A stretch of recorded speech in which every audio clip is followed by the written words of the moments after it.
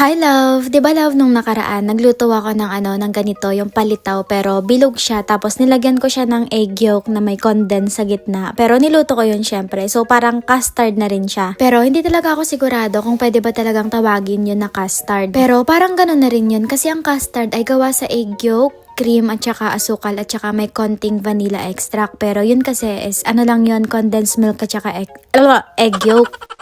Nung ginawa ko nga yun, love, ay nasarapan talaga ako ng sobra. Ngayon kasi, wala kasi akong available na condensed dito, kaya itong normal na lang na palitaw yung gagawin ko. So ayan, yung glutinous flour ay nilagyan ko lang ng water tapos pinashape ko lang yan ng parang padila. Sa amin nga sa lugar namin sa Tarlac, tinatawag yung dila-dila pero sa ibang lugar, palitaw ata yan. So pagkatapos ko ang mailaga at mailuto yung palitaw ay gagawa naman ako dito ng pork lumpia. Nagpatulong na nga ako dito kay Senya magtanggal nitong lumpia wrapper kasi matatagalan talaga kapag ako pagagawa. Tapos napadami din ako ng grate nitong carrots kaya binawasan ko na lang at nilagay ko na lang sa isang plastic. Pero mamaya love, gagamitin ko rin siguro yun. Let's see kapag sinipag pa ako.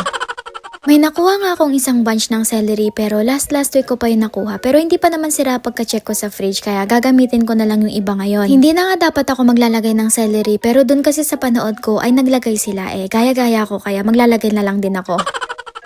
May napanood nga rin akong isa doon na naglagay din siya ng bell pepper kaya maglalagay na rin ako mamaya para sigurado talagang masarap tong lulutuin nating pork Shanghai. And then naglagay din pala ako dito ng onion, garlic, paminta, asin, konting magic sarap, at saka naglagay din ako dito ng sesame oil. Bakit nga ba ako naglagay ng sesame oil? Feeling ko dahil lang din pala sa pinanood ko.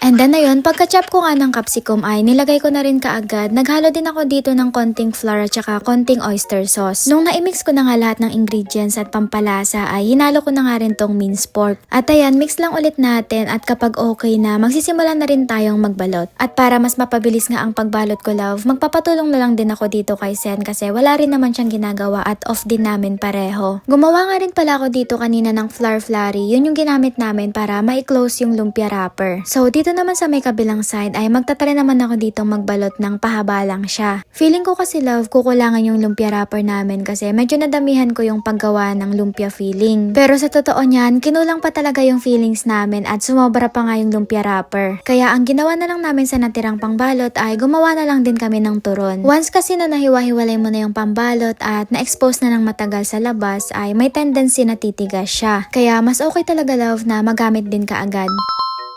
So nung natapos na nga namin lahat balutin love ay nagsimula na rin ako ditong magprito. 2:00 na kasi dito ng tanghali at hindi pa talaga kami nag-aalmusal at tanghalian. Itong mahaba nga yung uulamin namin ngayon kasi yung maliliit na ginawa ni Senny kanina ay kinip namin yung sa freezer. I-defrost na lang namin yun kapag gusto na namin ulit mag-ulam ng pork Shanghai. And then habang piniprito ko nga to love ay naalala nyo ba na sumobra yung ginrate nating carrots kanina? So eto na nga yun love, nagmix lang ako dito ng flour, konting baking powder, salt, pepper, at saka onion powder and garlic powder.